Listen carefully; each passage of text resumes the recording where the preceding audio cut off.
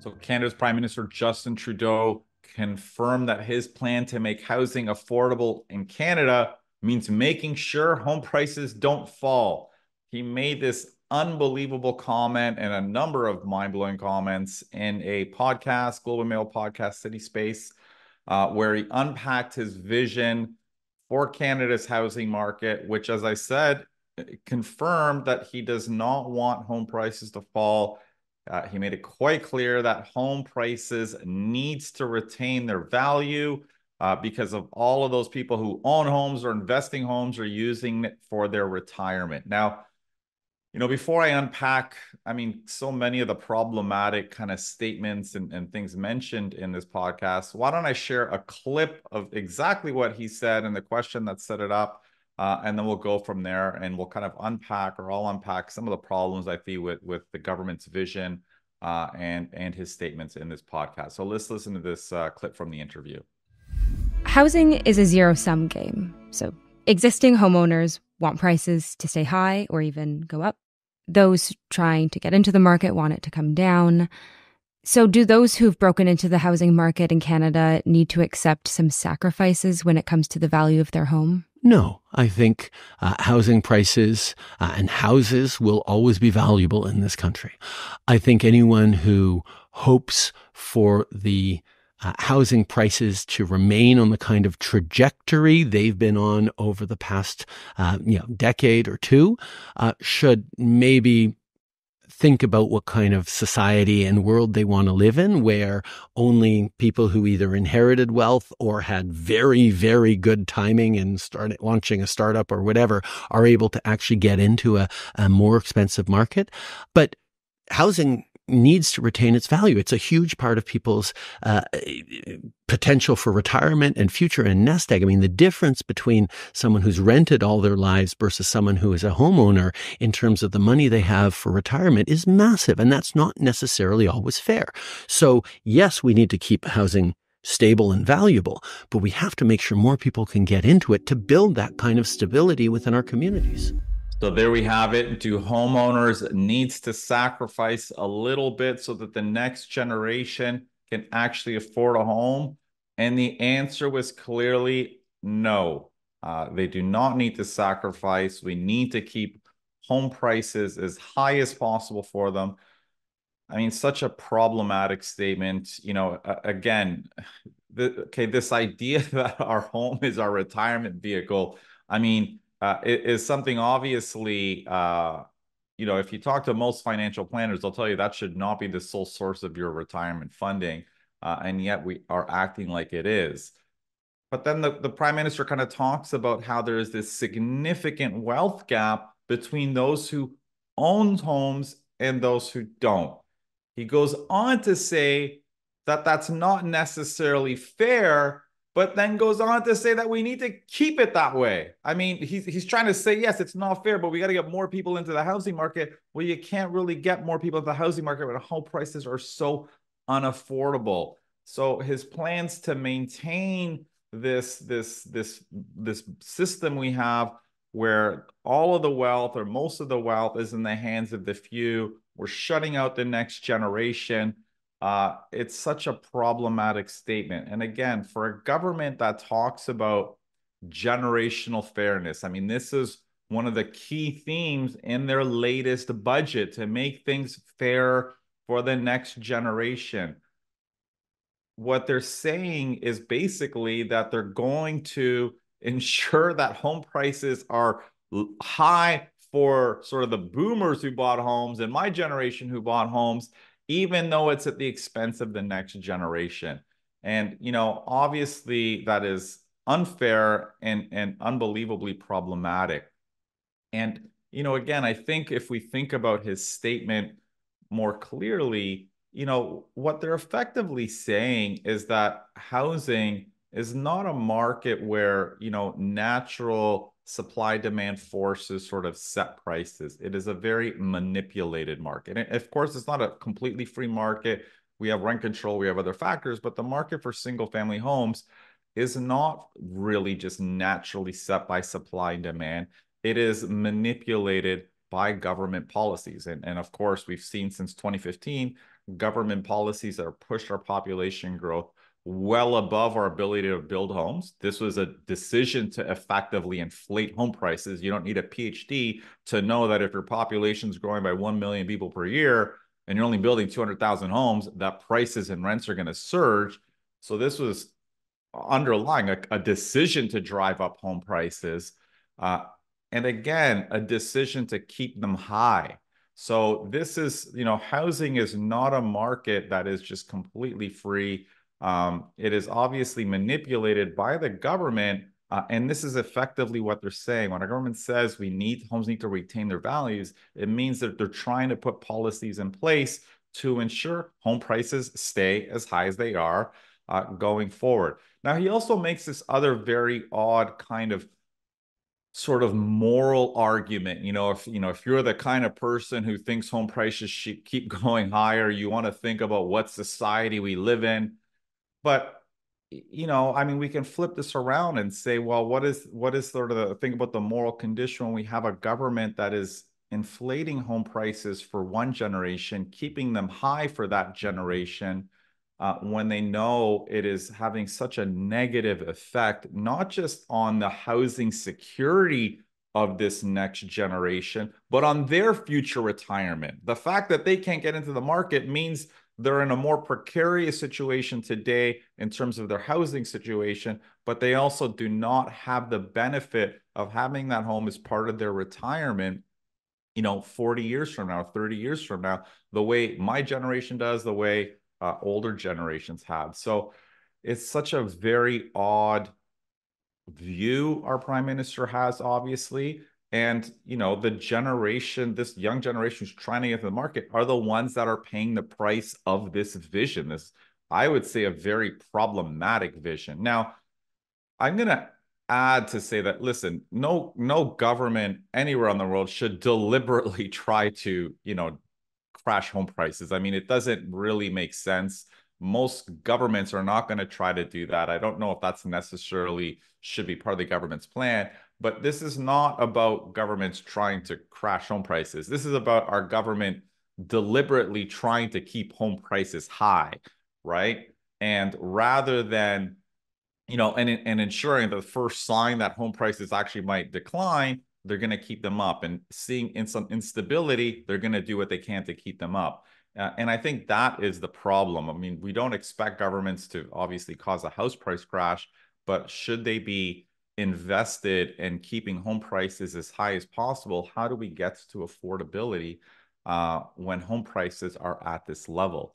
And when we think about how we get to affordability, and I think this is where, if you look at most liberal pundits and even sort of the academics, what they're probably going to tell you is what the federal leader, what our prime minister said or wanted to say, was that their solution to housing affordability is just to keep prices flat for the next 15 years while we build, and homes will become affordable. I mean, this vision as well that I've been seeing circulating online from pundits, from academics, is also insanely problematic. I mean, number one, if the federal government has the ability to keep home prices flat over the next 15 years and has that much control of the housing market, and they do have some influence over the housing market, well, the question is, and the implied statement is that they also knew what they were doing when they drove home prices up over the past 10 years, that it wasn't an accident. So if our government's going to make this argument that they can keep home prices flat for 15 years, they have to answer for the fact that why they drove them up in the first place. You cannot have one without the other. So this is sort of the first problematic statement. The other issue is, of course, that our housing shortage is so significant that it's going to take like 15 to 20 years for us to build enough homes to restore affordability. And that assumes our population does not continue to outpace completions, which it probably will, because we're still growing by 500,000 new permanent residents per year, and housing starts are plummeting. So over the next few years, this shortage is actually going to get worse, despite all of these promises our federal government's making, to drive up supply, and that's what's going to solve our crisis. We're going to take ideas from the 1940s, and we have blueprints and plans, and we're building homes in 3 hours. I mean, all of these things. I mean, give me a break. It's obviously not happening. And I think a lot of these ideas now, this new narrative, or we're just going to keep home prices flat while we build. I mean, this is really, a lot of this is driven by the same housing supply advocates who told us to just sit around and not worry that our population's been growing by 1 million people per year because we're just going to triple the number of homes we build. I mean, an idea that was ludicrous at the time, and obviously is insane. And I mean, it's hard to imagine what people are thinking when they think we can triple housing completions overnight. I mean, obviously that's not working. And the people that are paying the price of these half-baked, ridiculous ideas that you can just reform a few zoning policies and triple the number of homes we build are the next generation who've been priced out. And again, I have no issue with most of the housing supply advocate policies, reforming zoning, upzoning, allowing multiplexes, allowing single-stair buildings, all of those things. Amazing, fantastic ideas. I think anything that encourages more supply is great. But this idea that we can just pull a few levers and triple the number of homes we build is insane. And this is the idea that has actually been driving housing policy. And, I think there's an economist, I think in Australia, Cameron Murray, I think he said that, one, talking endlessly about housing supply is effectively a way for governments to pretend that they want housing to be affordable when they're not really doing anything to make housing affordable. Because, and we're kind of seeing that. I mean, supply side reforms are good, but they don't always actually materialize in new supply or more supply. And in fact, right now, supply is actually declining. So, it is a good way to sort of act like they want housing to, be affordable when really our government's just doing everything possible to keep home prices elevated. So problematic. But, having said that, let me unpack. Let's kind of listen to one additional clip that our Prime Minister kind of shared on this video, because I think it also says a lot about the world we live in today, and how it's different from in the past. And I mean, he obviously admits that. So let's listen to him unpack why he thinks our housing market and economy are quite different than what it was in the past. If you think a generation ago, young people who had a good job and good prospects could save up over a few years of renting and put a down payment on a house, the math has just fundamentally changed. The system is different than it was before. So he's right. The world we live in today is very different from the world decades ago. The math is different. The system is different. So what does he mean by that? I mean, I think there are a number of ways the world is different, but I'm going to unpack one that I think is quite critical. One I'm going to try to write more about, one I've touched on in the past.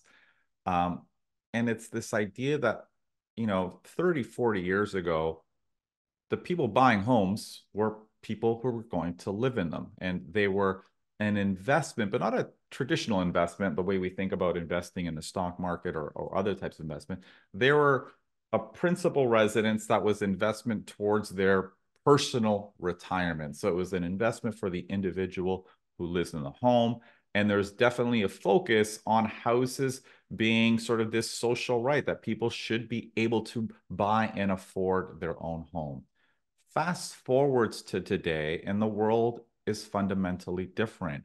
Houses are not just retirement vehicles for the people who live in them. They're financial assets, okay? They're financial assets for anybody, typically for wealthy individuals in Canada. For a while, they were non-residents, but we banned that.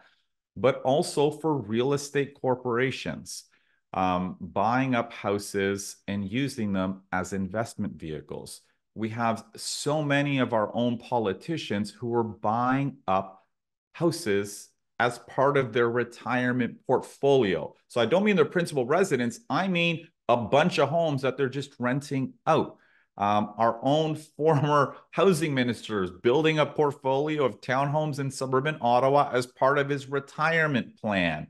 He thinks this is a critical solution to the housing market, to have more of his type of investors buying up homes, and then renting them to the next generation.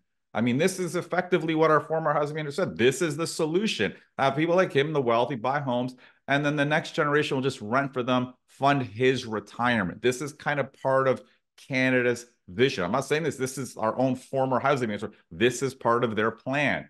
Our own federal government is very supportive of Bay Street firms raising hundreds of millions of dollars on Bay Street and buying up houses. And recently in their budget, they said, okay, well, maybe we'll limit that and not allow them to buy, existing homes, low-rise existing homes.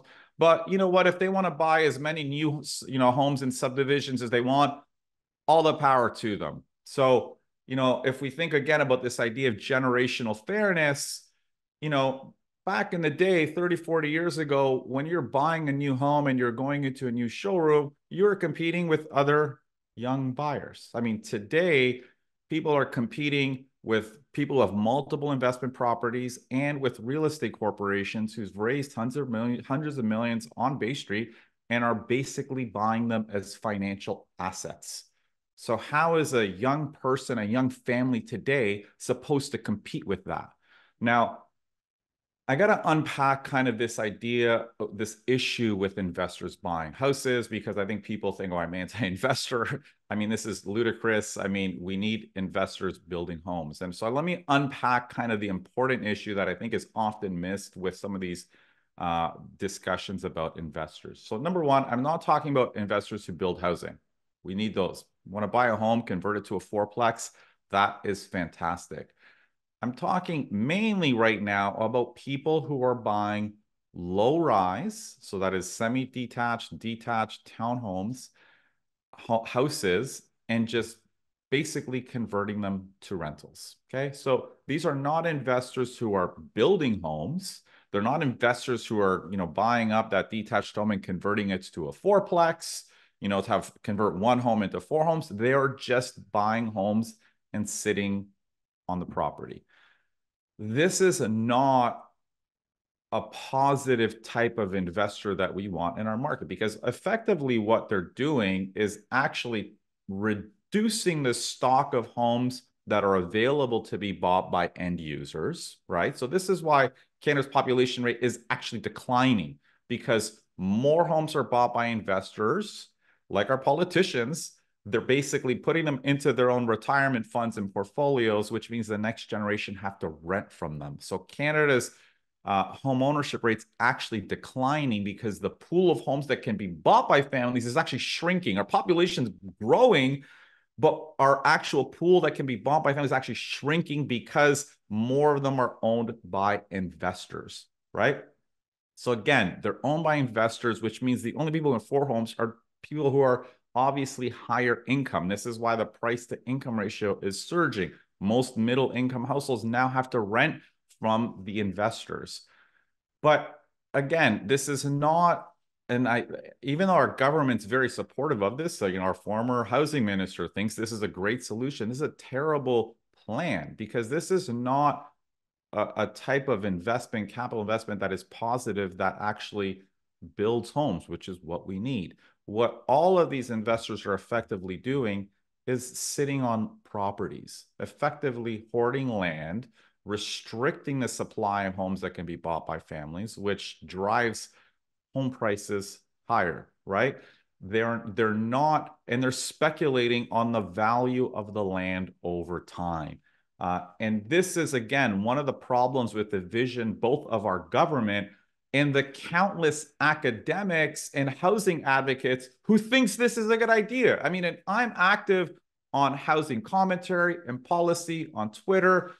Most academics, most, housing advocates think this is a positive thing. We should have more people hoarding land, buying up houses, shutting young families out of the market, and just convert them into lifelong renters. They think this is a positive thing.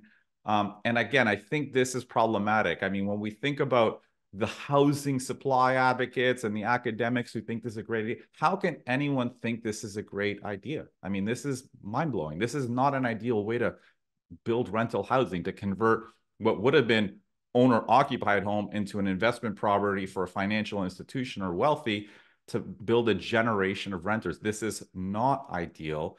On top of that, like I said, these people are hoarding land, which restricts the amount of supply that can be bought by investors who actually want to convert them into multi-unit properties or convert a detached home to a semi or 3 townhomes. So this is mind-blowing that we have housing advocates and experts actually advocating for these types of policies to basically create a generation of renters who have less stable housing options and who cannot benefit from the same growth in their home's value as my generation did. And honestly, if you follow anyone online, most housing advocates think this is good. And I think this is where I diverge from most of them. I think this is a terrible plan. Again, this is not about being anti-investor. We need investors. You know, if they're buying homes and building, all the power to them. This, or if they're buying, again, I should say, if someone's buying a fourplex, that is a type of home that needs to normally be bought by an investor. It's like a rental property. I mean, the average single family home is not buying a 4 or 6 unit apartment building. Completely different thing. We need those types of investors, but investors that are buying homes, you know, suburban homes, downtown homes that are single family intended to be owner occupied and just sitting on them and renting them out is not a good type of investor. Because we should be encouraging investors who wants to build housing, not sit on housing and squat on land and restrict the amount of homes that can be bought by families and restrict the amount of homes that real investors can actually build on and renovate. So that's my rant. I mean, I think this is obviously so many problems with Canada's housing policy, so many reasons why so many people are shut out of this market. Now, I'm going to wrap up by saying all of the ideas that were expressed by our prime minister, quite frankly, are not unique to the Liberals. I mean, to be perfectly honest with you, the NDP have very similar values, and the Conservatives probably want to protect home ownership values even more. So, and I'm not saying this to obviously give a free pass on the Liberals. I mean, they've had 10 years to fix this housing price, and actually it's gotten a lot worse. But I say that because if we think about sort of our next election, I don't think if we think about housing policy in our election, it shouldn't just be about punishing the Liberals. I mean, if we want change, we need to be asking our politicians who are running for leader of Canada what they're actually going to do differently. And the reality is today, unfortunately, both the Conservatives and NDPs don't have a very different vision. I mean, they're both basically saying the same thing: more supply, it's going to solve us. And again, going back to what I said earlier, talking about supply is a good way to just keep home prices elevated and really doing nothing, as we're seeing, unfortunately. So they need a broader vision. They need a broader vision. Do they think, you know, REITs, basically financial institutions buying homes, is a good idea? Most of them probably do. Do they think having our politicians competing with first-time buyers so that our politicians can build a portfolio of houses for their retirement is something that is good and a solution to our housing prices? I don't think it's a solution. Our current government thinks it's a solution. What does the next government think? What does the next leader think? So again, this isn't this. I think it's important for us to hold all leaders to account and ask them, because, you know, there's so many problems, and obviously we want to see change. I think we want to see change. There are a lot of promises, but the way we're going, it doesn't look like housing is going to change very much anytime soon, especially when you have leaders who want to keep home prices as high as possible. And I think, unfortunately, all three of them do. And this is why I think it's very hard for this generation. I mean, the past week I've been doing multiple interviews about young people just moving out of province to more affordable markets and moving out of country because they want some security, some stability, you know. And I hear some people say, well, why don't people just rent? You know, that's a perfectly good alternative. I mean, listen, in theory, yes. If you can find a family-sized apartment, maybe yes. But the reality is Canada's housing system, our housing regime, was not set up to prioritize renting. You know, if we look at, you know, people point to European countries, but their whole housing systems are completely different. They were set up to prioritize renting, to give tenants security. So they're completely different housing systems. Here, our housing system, like renters are an afterthought. They're kind of treated like second-class citizens. I mean, look at our our prime minister's interview. It's unfair that the homeowners have so much more wealth, but we're going to keep it going that way because you know what, we don't want to hurt their future retirement. Our whole approach to housing is to prioritize home ownership, to treat renters like second class citizens, and I think that's a massive problem. And I think any future government, I think it's important to take not just policies that make homes, you know, buying a home more affordable, but I think it's equally important to make renting a more realistic and secure option for people who want to go that route, because today it's not. And this is why so many people are leaving the province, leaving the city, leaving the country, because we don't prioritize it. And I think we need to have more affordable, more non-market housing that are realistic long-term solutions for families who want to rent over the long term. Anyhow, that's my take on our Prime Minister's recent vision for housing affordability in Canada, keeping home prices as high as possible. But I'm curious to hear your thoughts below. Comments, please post them or shoot me an email at askjohn@movesmartly.com.